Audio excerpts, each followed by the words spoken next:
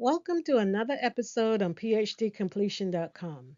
My name is Dr. Wendy Carterville, and I'm going to present two of the 10 common mistakes that graduate students make that can derail your success in graduate school.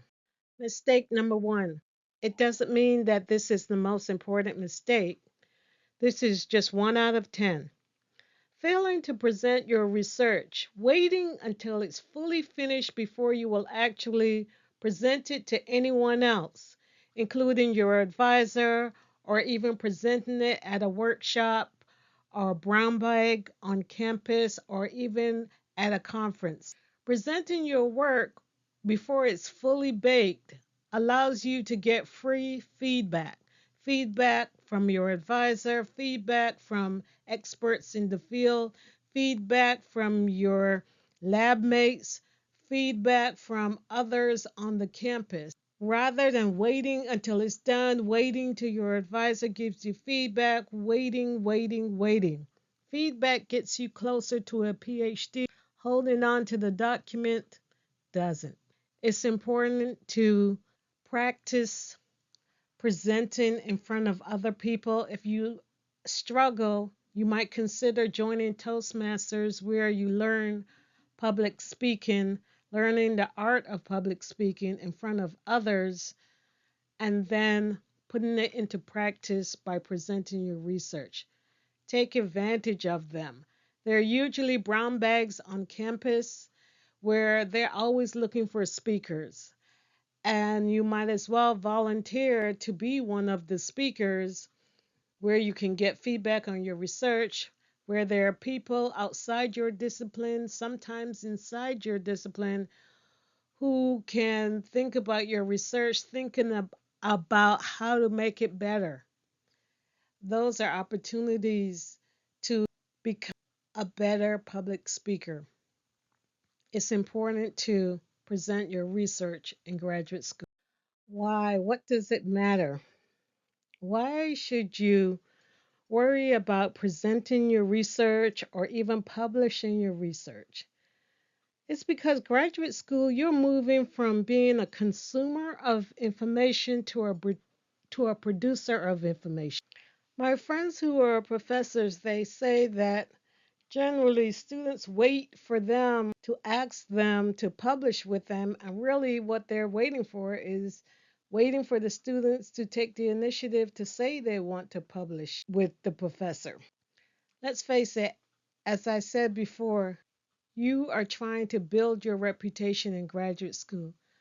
The goal of graduate school is not necessarily just to go get great grades and then you get a PhD, because you could get fantastic grades. You could get all A's, but at the end of the day, if you're not finished with your dissertation, you're not getting a degree.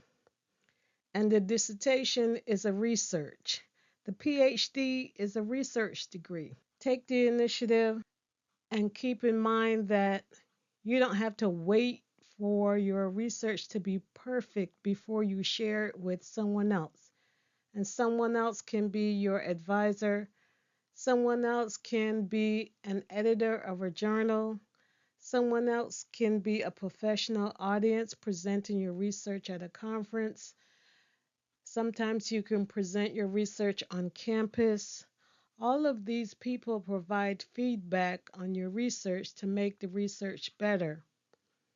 It's never perfect. As a matter of fact, when you submit an article to a journal, the best response is a revise and resubmit. In graduate school, it's writing a draft, not the perfect draft. Edit, edit the ugly draft. Be willing to write the ugly draft, edit the ugly draft, revise and resubmit. If you're a perfectionist, graduate school is going to be tougher than it needs to be. It's important to get your work out there and build a solid reputation. Many of these presentations that I give on graduate school is for first generation students, because first generation students have a hard time knowing what is normal, what is plausible. So, as I talked about in the previous slide, I talked about Taking the initiative and asking your advisor or your mentor on working together on doing a collaboration for publication. Now, it's important that when you come to ask that question, that you come with some information. Come with some information in terms of what journals have actually published the most recent thing on the topic that you're interested in. You should at least come with knowing 3 journals that have published on the topic that you're trying to ask the professor about publishing on. And you should also know, how often do these journals publish? Biannually? Is it annually? Is it quarterly? Is it monthly? Or do they just publish on demand? That type of information is useful to getting a yes from your mentor or from your advisor. And let's say you're struggling on moving on with the paper, and maybe you're struggling with getting feedback from your advisor, or struggling because you don't want to even turn it over to your advisor. Perhaps you might consider hiring an editor. And an editor can be as formal as finding one online or hiring another graduate student in the English department. Paying her a nominal fee, him or her a nominal fee to just move your conversation about the paper along. They don't need to be an expert in your field. I assume that you're writing in English or in your preferred language, and they are just looking to see if the argument that you're making in your paper is logical. Have you missed a word?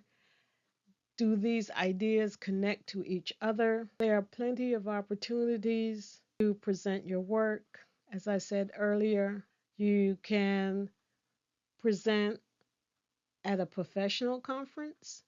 You might present at a regional conference. If you don't want to present at a national conference, you can always present on campus or in your department.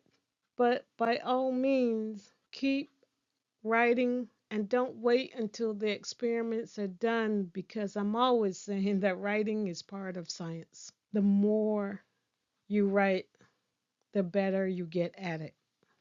The less you write, if you're even struggling on writing, just not writing or just looking at a blank page is not going to make you a better writer. Yes, it's important to present your work at a conference, but you might be hesitant to do so. I'm suggesting that you just take the first step. The first step is to find a conference, find 3 conferences, then find the requirements for the conference. You might consider attending the conference just to see what the conference is about. Ask your advisor, does your advisor have funding in order for you to attend the conference? The next year, doing a poster presentation. That is less complicated than presenting a paper. And then the third year that you attend the same conference, you might then present a paper.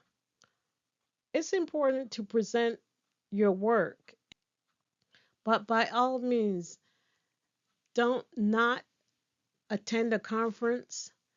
Don't wait till your dissertation defense to be the first time that you actually present your research.